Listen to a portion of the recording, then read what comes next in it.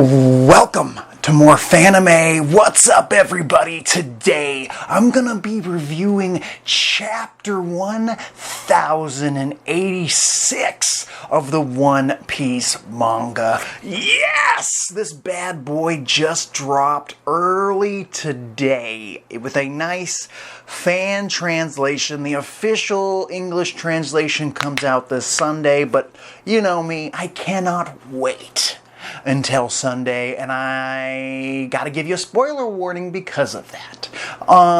This chapter, I believe, is fantastic. We finally get past this flashback within a flashback. We're done with the reverie. We can put it in, we can put it away and remember it fondly. I love the Reverie, and this was kind of like the Reverie 2.0, as I mentioned last week. And it's over. We did it. We got through it. And a lot of big information has been dropped.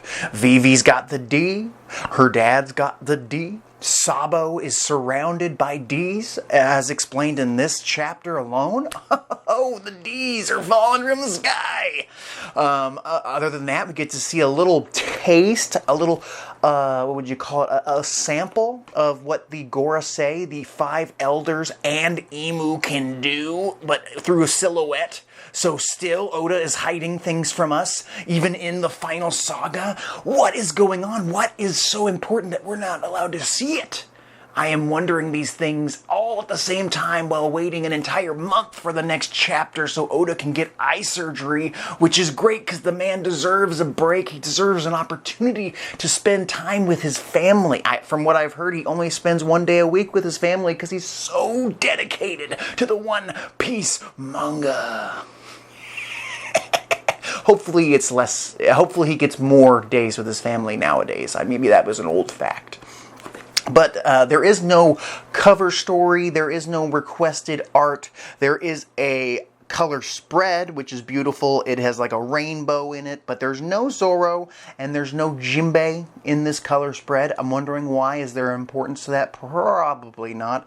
I'm sure Oda just made it and he was like, I don't got space for them. They wouldn't even be playing in the rain. All these people, these are more of the goofy characters running around, doing their thing, enjoying a nice rainbow. I guess the rain had just ended. That's why there's a rainbow. That makes a lot of sense.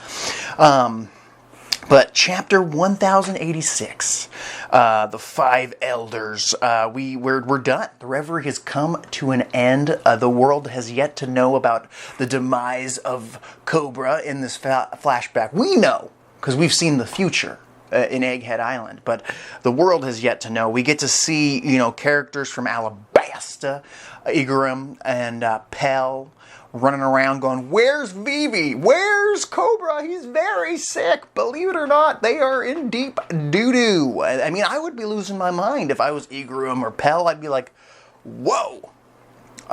We just lost the king who was already dying and the future ruler of our kingdom in one reverie, in one day, in the span of a few hours, I'm assuming. Wow. I bet a lot of people were like, whoa, sure, Hoshi's in trouble. No, the Nefertari family is in trouble. I feel like Cobra should have maybe let Igaram or Pell on to his plan, assuming something bad could happen. He had to assume he might not make it out of that little talk he had with the Gorosei.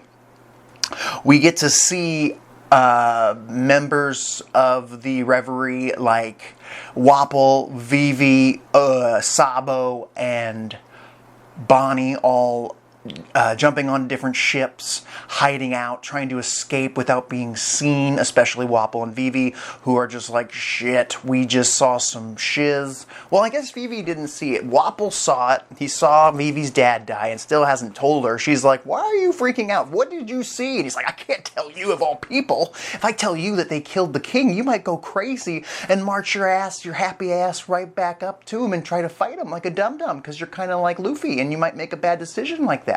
I'd hope Vivi wouldn't do that. She's smarter than that. But Wapol's like, I am not telling you this. And Wapol also has a little special snail phone. I assume, it's hard to tell from the images here, but I assume it's got some kind of blocker so it can't be tracked. I mean, they're right in the middle of the red line, right next to the Marine headquarters, so maybe they're just not looking. But Wapol should be numero uno. He should have a huge bounty on his head right now. He should be up there, to say the least. Vivi's like, I need to call my father and tell him what's going on. I need to go somewhere. We need to put me in hiding. The CP0's after me. If they find me, they'll take me without there's no reason that I can give them that'll let me go, even though I'm a princess and future ruler of fucking Alabasta.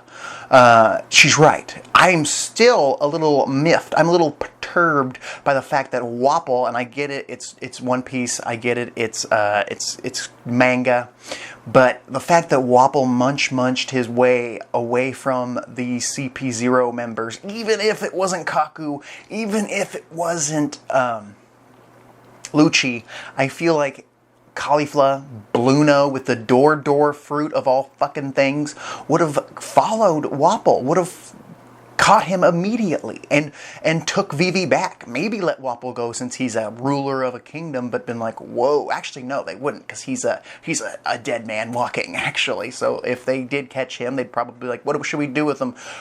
Kill him and burn the body. That's probably what the Gorosei would say. That's probably what would happen. We get to see Big News Morgans, who gets the phone call from Wapol. Wapol's like, hey man, I saw some shit. I saw some things with these eyes of mine. I saw a king get murdered. They're after me, another king. I saw a ruler sitting on the throne. Please come pick me up. Apparently, Wapol's probably made phone calls to Big News Morgan before saying, let the world know that I'm the king, or some bullshit boistering he tried to do in the past. And I'm sure Big News Morgan always takes any lead he can get, even if he knows it's a good chance that Wapol's a big fibber. What you'd call him. He probably makes shit up to make himself look badass, which he is not badass. Vivi is, though, and Vivi's with him, so, I mean, I'm sure he's like, well, this has got to be true if Vivi's with him. I'll go pick him up. And so he's going to fly down, pick up Wapol, pick up Vivi in secret, pretending like he's going to get a big old interview after the reverie. Good cover. Makes sense. Now we know why they're with Big News Morgan. A big explanation happening. After that, we see Spandam. Spandam has made his return. The last time we saw Spandam was, I believe, at Dressrosa, if you don't count the movies. He is running around holding a picture of Sabo. You see other members of CP0 running around with pictures of Vivi. They are wanted. I'm surprised there's not a character running around with a picture of Wapol, because he's kind of a big deal now, too. Wapol is slowly becoming as important as a character like Vivi, as a main character, which is crazy to me since he was such a piece of shiz back in the day, a character that people would have easily forgotten if Oda never brought him back into the story. But no, he's with Vivi, a possible future Straw Hat in the making. I feel like Vivi needs to join the crew ASAP. I mean, if we've only got 3 years left of the story at most, maybe 5 if we're lucky, I want Vivi in those 3 to 5 years. I want her on the ship. I want her adventuring with the crew. She deserves it. She's earned that spot hands down. Let's get a princess on the crew. We get to see, like I said, Bonnie, who's hungry, who's trying to just, find her dad. Oh, no, she's trying to find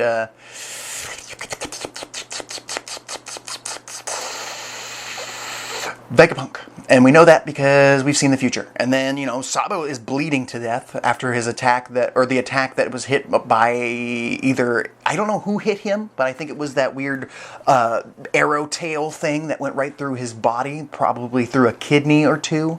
Hopefully he gets some, chopper-style doctoring done to him when he gets to Louisia, and I guess he does. We get a little cut to the Gorosei, who are chilling, going like, this Sabo guy, he's surrounded by the D's. He's got a checkered fate himself. Sabo ain't a D, but he could be considered one since he's got all these D's around him. They're talking about how they need to eliminate him, and then they also say, we need to figure out this Egghead matter. We've been sending CP agents there, and they keep on disappearing. What do we do here? Eam calls and says, hey, boys. And they're like, yes, my lord, what's up? What do you want us to do?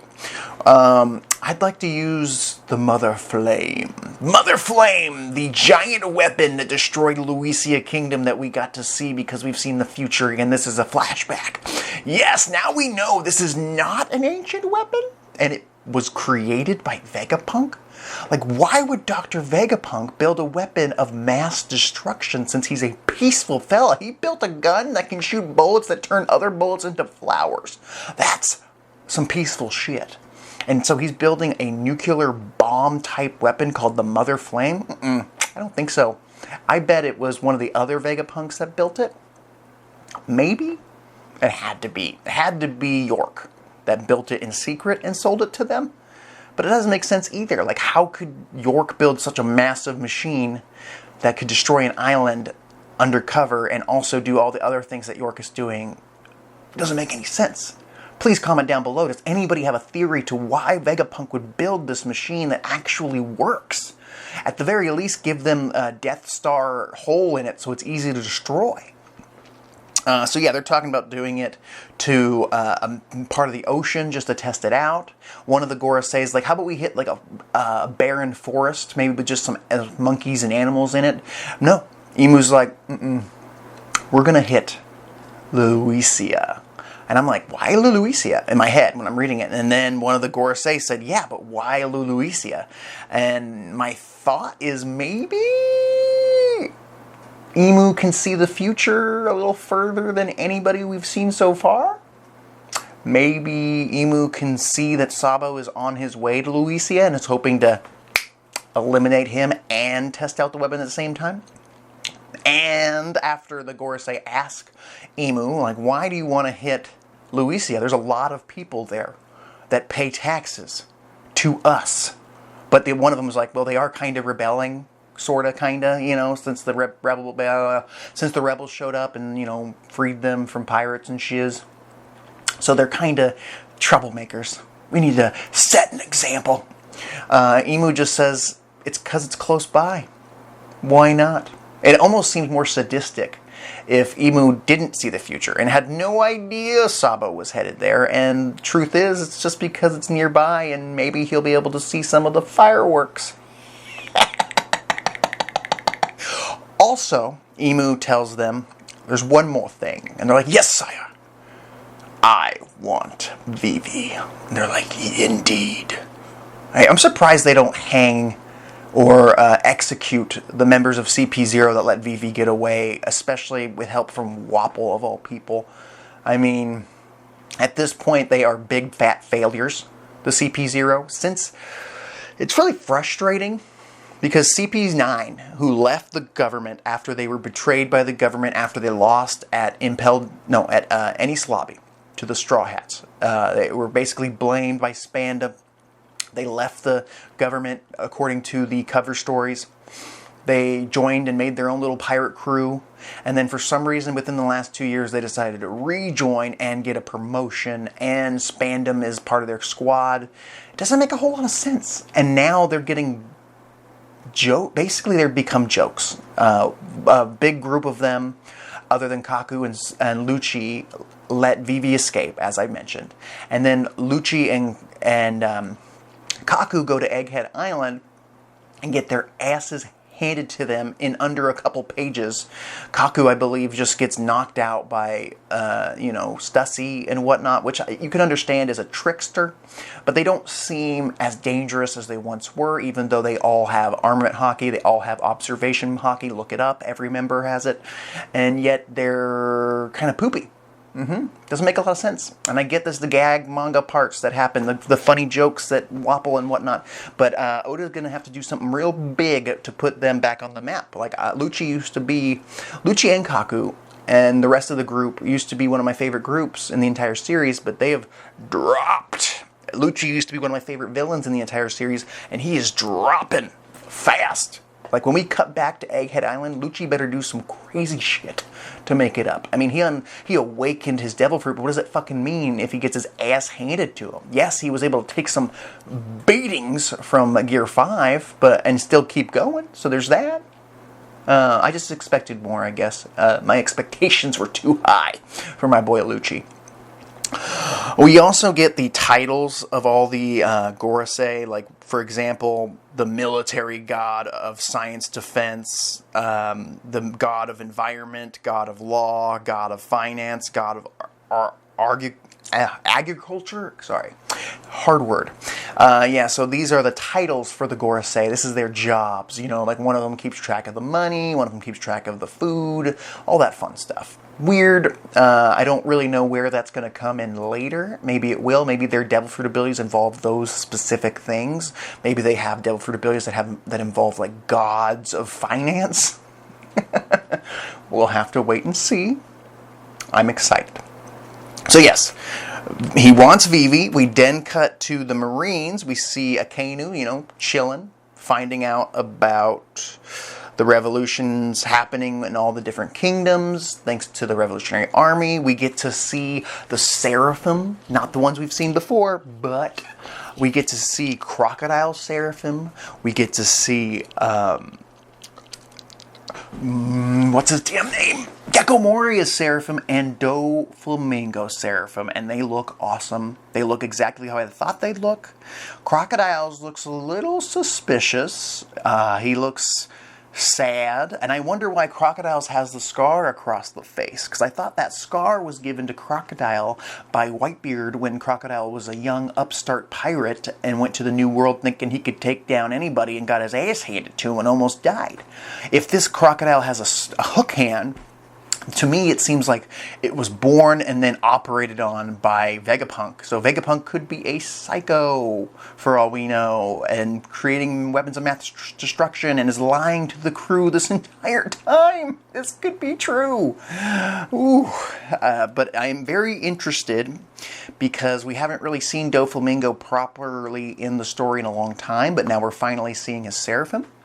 I was getting a little tired of the same Seraphim we've seen at Egghead Island, so seeing these three, it looks like these three were sent to some of the kingdoms who've been revolting. I want to see a better version of them. They're just 3 pictures of them. I don't get to see their entire bodies. There's a big theory that Crocodile used to be a female and was transitioned into a male thanks to Ivankov, and we might find that out through Crocodile Seraphim, who could be a female, which would be nuts and throw everybody off. And the theories would all come true. They've been going around for years. And I'm down. I'm here for it. I'm here to learn some more about Crocodile. I want to know more about his backstory. He's one of the few villains that didn't get a major backstory, and I don't see anybody asking about it. What the fudge? I want to know more about Crocodile's backstory. I want an entire 6 chapters about it, Oda. I want more. Crocodile's my #1 villain, I believe, right now. Crocodile and Arlong. I want to know more about Crocodile, buddy. Bring it on.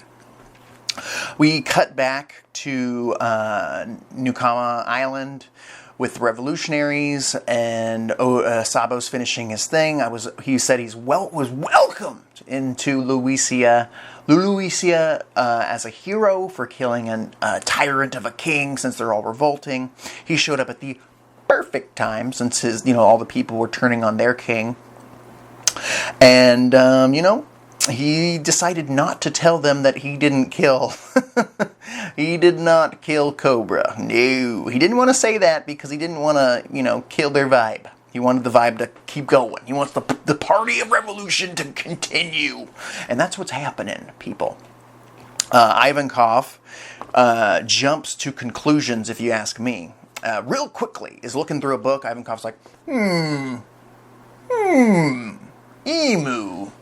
It could be just a coinkydink, or it could be a family name, Emu, passed down from generations.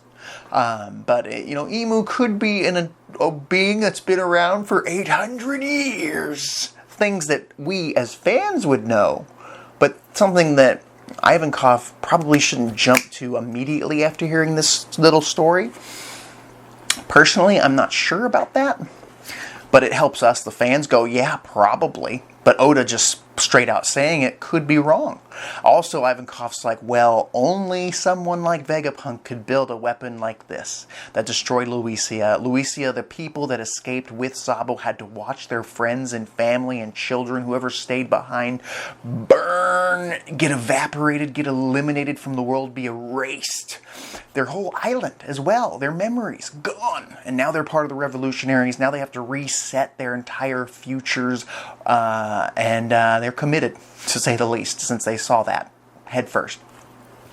Sabo talks about how he was able to get a snail call into the revolutionaries and why it got cut off, because he was using like a snail phone that was connected to the island of Luisia, so they would think that he was there. I wonder how they weren't able to track. I guess because the people in Ivankov, the revolutionaries had black snail phones, so they weren't tracked, but Sabo was. I don't know. So they assumed he died with everybody there. I'm interested to know about this giant weapon. It can't be an ancient weapon, right? Because why would Emu talk about it being something that Vegapunk built if it was an ancient weapon? It doesn't make no sense. No sense, no how. So yeah, from there, Ivankov's freaking out. We do all this, we do all that. And the last page in this amazing chapter, we get to see a member of Shanks's familia, of the Figureland family, Saint Garling. This dude looks badass. I love his design. He looks like a crescent moon shaped looking face, old man. Apparently he is the former king of the land of God Valley. Wondering, myself, what does that mean if he was the king of God Valley? Comment down below. Let me know. What does that mean? Was he in Emu's position? Or was he part of the Gorosei? Or is he like right below them as like the king of everything else? Like he deals with the inner workings of the actual celestial dragons because the Gorosei and Emu are too busy. It looks like he might be the leader of the Holy Knights. And maybe the entire Figureland family are considered the Holy Knights. Maybe they weren't part of the 20 kings. Maybe they were like the 21st kingdom of family or something. It was like, we want to be a celestial dragon. It's like, how about you get to protect us? And we'll let you in on our secrets, but you have to vow your lifeblood to our lives. But it makes me wonder, like, how did Shanks, if he was part of this bloodline, end up in a treasure box and then, end up with Goldie Roger? Maybe the Figureland family were once D's as well. What if they were D's and maybe the Gorosei, the Emu erased that from them and they don't remember that, or they aren't told that anymore, and maybe they're a bloodline of badasses, just straight up powerful from birth, like Saiyans, and that's why someone like Shanks is so naturally gifted. I'm very interested. Where does this connect to Shanks' bloodline? Obviously, there is a Shanks twin brother running around, so our boy Shanks is cleared, in my opinion. He is a good guy. No, hands down, good guy. Unless he's teleporting around, I doubt it. There's no way he could have done all this. The last little tidbit, though, after we see this dude, this executioner of celestial dragons. Yes, you heard me correctly. This man is a person who can pass judgment upon the celestial dragons, because we see Saint Don Quixote Muirsgard basically crossed up, what's it called, execution style, Jesus-like, on a cross, murdered, executed, judged upon for helping the fishermen. And then this Figureland Garling guy says, those who protect trash are less than trash, which is very interesting, because this Don Quixote family member who decided to help Shirahoshi escape from what's his fucking name? Charlos, I would say, I thought he was going to get away with it. I thought maybe someone else would pay for his crimes. I don't know. And is Charlos dead? We still don't know these facts. I assume that Charlos is going to get some metal rebuilding type scenario happen where he's like RoboCop essentially, but for the final war we'll see like a robotic Charlos all rebuilt, ready to fight, and then he'll just get his ass hit one more time and finally kick the bucket. He's one of the worst people in this world, but also a very good villain because we hate him oh so much. We'll see, maybe Charlos will actually get some power. Him being rebuilt is the only reason I could see him surviving such an attack. He should have died. The minute he was squished like a Goomba from Mario, he should have died. Man. There's so many questions. One being that, how can I survive a whole month without new One Piece content? I'm currently reading the Ace light novel, the first one, so I'll probably review that. I'll probably read the second one at some point. I really want to read the Law light novel. I want more of those as well. Those are great. I'm not really a non-manga reader. This is a straight-up novel. I'm reading words, like not pictures. It's throwing me off, but I'm loving it because it has all related to One Piece, so it keeps my attention. The ADHD doesn't, send me that way because I'm getting some meaty information about Ace's past, which makes me like Ace more than I already did. This is more Fanime. Don't forget to comment down below. What did you think of chapter 1086? I really enjoyed it more than last chapter because this chapter didn't make CP0 look like little pieces of shiz. I am worried about them. I'm worried about Fujitora because Fujitora did help the slaves escape, as said in the last chapter. Is Fujitora next? I can't imagine Oda's just going to execute Fujitora off panel, off screen. I think maybe it'll happen in the paper at least, or we'll actually get to see the trial of Fujitora, and maybe he's like, fuck it, cut my head off. I don't care. I really don't. Maybe the revolutionaries will save him. Maybe someone like Smoker will turn on the Marines and save him. Maybe they're old war buddies. He's kind of Smoker 2.0 from Dressrosa. I love One Piece. I hope you guys too. I hope you have a great break, Oda. And I hope you come back better than ever, because I know you will. I hope Oda comes back with like a 50-page chapter, a really meaty one with things we've been waiting to hear. This one's a great chapter to end on, especially with the Figureland, fucking Celestial Dragon Killer guy with the moon-shaped hair. Don't forget to subscribe. I'll talk to you later.